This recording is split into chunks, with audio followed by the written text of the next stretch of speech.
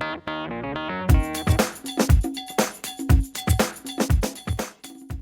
this is Satima Fowler, CEO of Capstone Information Technologies, as well as founder of RochesterRockstars.com.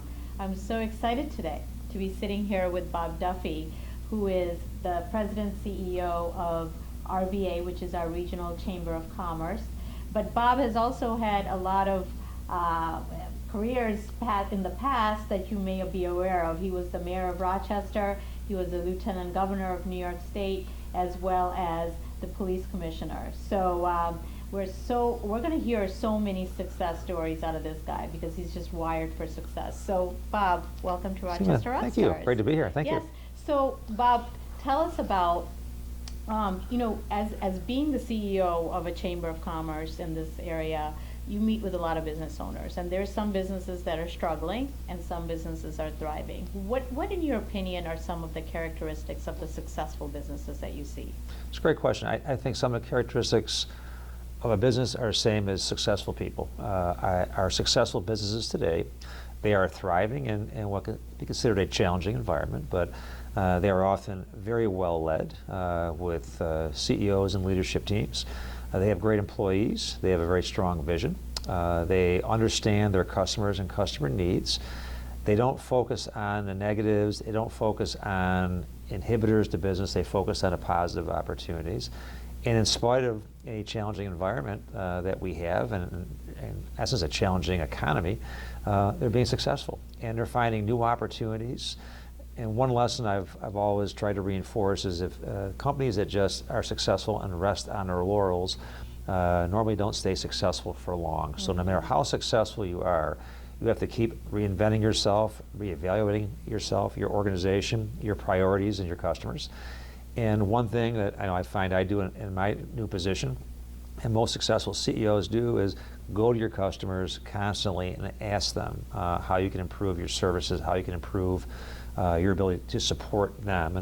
And by and large, I think those issues pretty much manifest what successful companies do.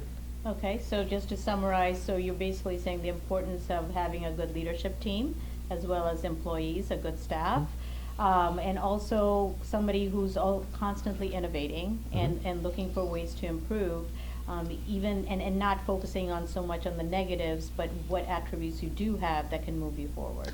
Everybody has challenges in business and in life, and those who I find who are successful look at the opportunities, look at the positive aspects of things, and strive for that. Don't be held back by the negatives. And I used to always love it when people would say you can't do something, because those are great motivating words when somebody tells you you can't. And sometimes our environment sends that message. So those successful CEOs and companies find that niche, find those opportunities in spite of the challenges, and are successful. So leading into that, the positions that you've held in the past and now, you have to be a leader. Can you talk about what are some successful traits of a successful leader? I think successful traits of a leader are passion, integrity, the ability to surround themselves with very good, talented people. I think you could have self-confidence but not have an oversized ego. And sometimes those oversized egos are huge inhibitors to people's success. But I always find that if you have a passion and a belief in what you do, you try and do it as the very best of your ability. You surround yourself with great people, and you surround yourself with people. I've often said I would try and surround myself with people who are smarter, better, more experienced than I could ever be. I'd have no trouble setting a direction and a vision and goals and leading. But you want the best possible team you could ever assemble, and that's one of the core issues with leadership. Some leaders who fail tend to always want to surround themselves with people who might be lesser than they are. And there's an old saying, if you're the smartest person in the room, you're in the wrong room. So it's good to make sure you surround yourself with that talent. And as I travel around this area and businesses, I see that everywhere. I see CEOs who just go out and recruit great talent. And when I see their teams and what they do every day and how they operate, it just reinforces that basic component of success. And leaders also have to lead by example. They have to weigh in and work. They have to be somebody their people can trust. And the basic component of trust to me, is just basic honesty, integrity, and respect for your people, to be honest.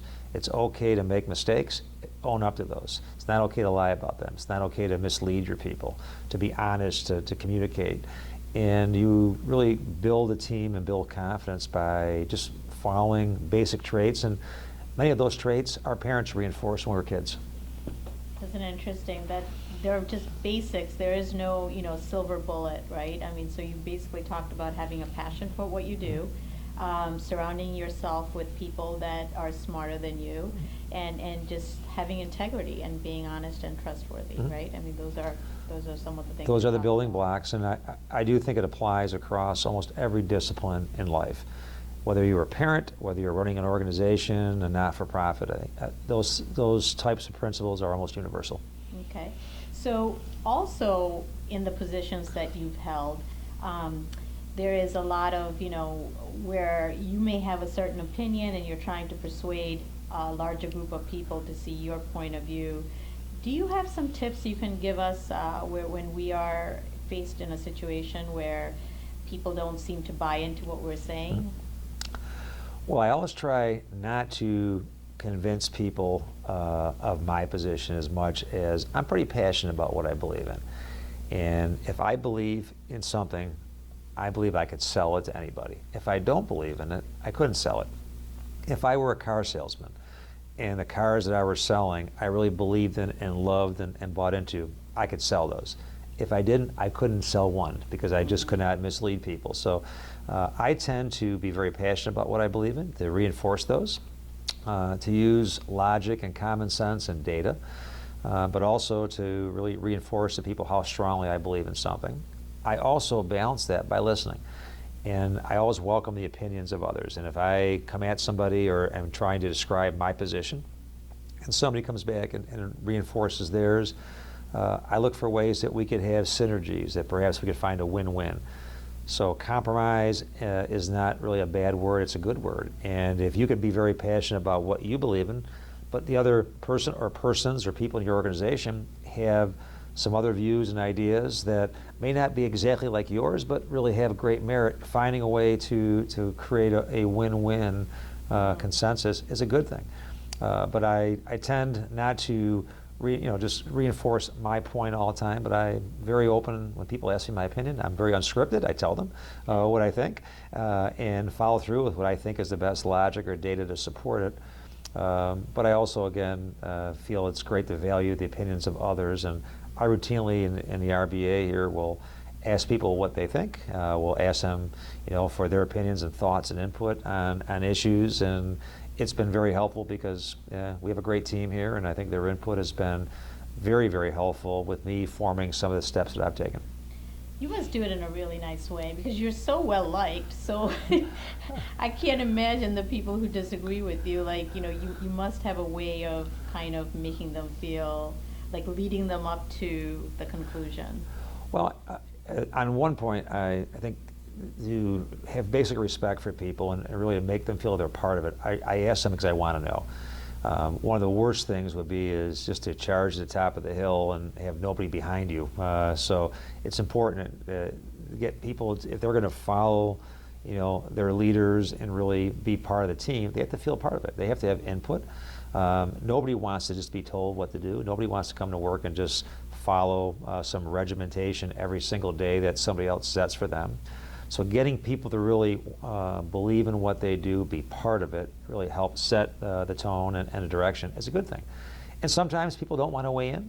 There's those that like to come to work and be pretty much told, and they're okay with that. But those who want to be a part of it are a pleasure to have around. And I like to debate. I like to listen to their side. I am never so ingrained in my position that I won't listen to others, unless if it's an issue of just basic integrity where we have to do something a certain way for getting people to trust us and to believe in us. That may be an exception, but those times are few and far between. A lot of it is just about strategy, and it's great to listen to everybody, and everyone has an opinion. I've always believed everybody doing their job every single day wishes if they were in charge they could do something different. Mm-hmm. I want to capitalize on it and ask for those opinions. Okay, I like that. So, who has helped drive your career or shaped it? Or do you have any mentors in the area? And you also talk about any good business books you've read? I've had so many mentors. I'll start with my parents, who are both deceased. But starting as a child, in the home I grew up in, had such great basics reinforced from as long as I can remember. And throughout every one of my careers, I've had great mentors. I've worked for some exceptional leaders. I've also worked for people that weren't exceptional leaders, and I've learned from those as well. And so I think that to balance that. But I look at the experiences I've had. The last 4 years with Governor Cuomo have been exceptional. Before that, in City Hall, I surrounded myself with some extraordinarily talented people, learned from them. In my current position, I routinely consult with members of my board and our executive committee, who are our CEOs and leaders in the business community here. And I'm lucky to have access to them. And you know, from the Danny Wegmans on down, I could pick up the phone and call and ask for advice, and I get that without any hesitation, and it's very helpful to me. It really helps me to grow. I'm a lifelong learner. I try to listen and learn and watch successful people. I do read. The last book I read was The Wisdom and Teachings of Stephen Covey, and I mentioned earlier, I've been a huge advocate and supporter of the 7 Habits for many, many years. At one point, was a 7 Habits instructor. And so I've always been a Stephen Covey fan. I have, as my wife would tell you, countless CDs, videos, and books throughout my house and office and tucked away in storage that I've collected over the years. But I look for ways that I could just read and maybe read and learn from the wisdom of others and try to apply it. And I do that routinely. I read a lot of short things. Right now, with my schedule, I've not read that last book was the last one I read. It was not a big read. I have about 5 books stacked up at home that I have to get to that I've not gotten to yet. But I try and read routinely. And even if and the shorter materials in magazines and journals to try and glean anything at all that would help me to be successful and improve. Okay, great. And then can you talk about in your new position as the new CEO of our Chamber of Commerce, why should a company join the Chamber of Commerce? Do you have new initiatives that you're trying to make this a stronger, more effective Rochester Chamber of Commerce? Well, the Rochester Business Alliance used to be the Chamber of Commerce. In 2003 it changed, and we're changing back in January of 2016 to the Greater Rochester Chamber of Commerce. Our job is to serve, to promote, to advocate for our members very passionately. And I always say that the 3 words that are key for our mission are passion, people, and prosperity. Our job is to be very passionate about our members. They are people, to serve our people that make up our membership, and to look for ways that we can add to their prosperity by trying to connect them with business opportunities or to advocate for and against those things that may be in legislation or in government that either support or inhibit business.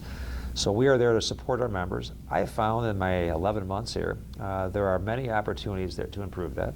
Sometimes it's being a matchmaker. It's taking a company in Rochester and trying to connect them with an opportunity in Long Island or New York City or the Southern Tier.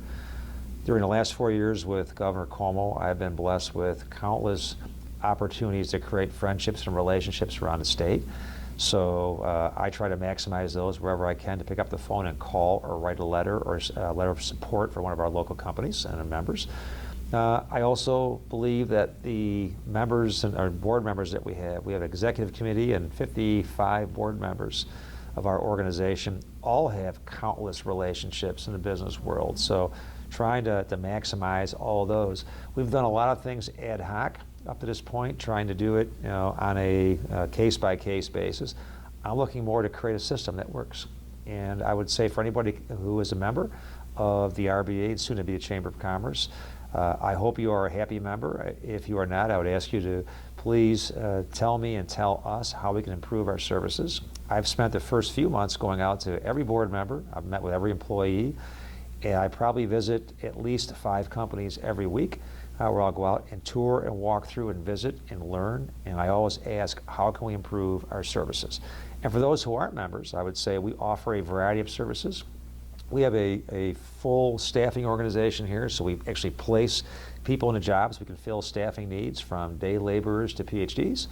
We have a human resource organization that offers a variety of HR services. We have a background reference checking business. So those that are going to be doing reference checks for new hires, we provide a full service for that. Which we use, by the way, at our company. And I used it when I was mayor. When I was the mayor, we had the Rochester Police Department available to us, but the RBA provided a very quick, cost-effective service, so we used that. And so those are some of the things that we do have that we offer. But the most important thing, too, we advocate for businesses, both at federal, state, and local government levels.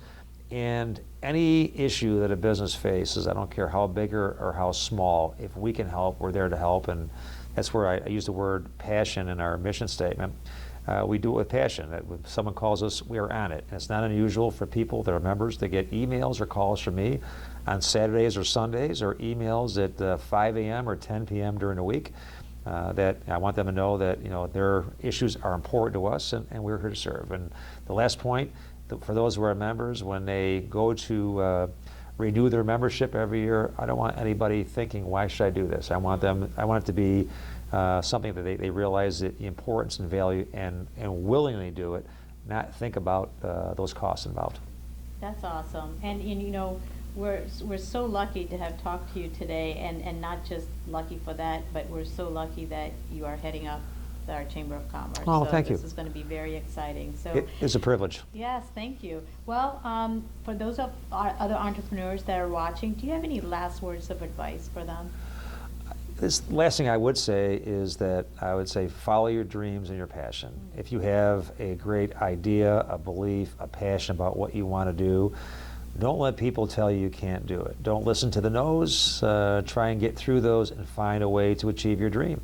I think Thomas Edison is one of the greatest examples when he invented the light bulb. He had thousands of failures and no's before he hit success, and where would the world be today without electricity and light? So I just would say to stay confident in your beliefs and what you are doing, and you'll find that yes. And sometimes you may knock on 100 doors and be discouraged, but that 101st door would be the one where you hit the jackpot. So I would say stay encouraged, stay grounded, and keep on working hard, and I'm confident that those dreams will become realities, and hopefully we'll grow jobs here.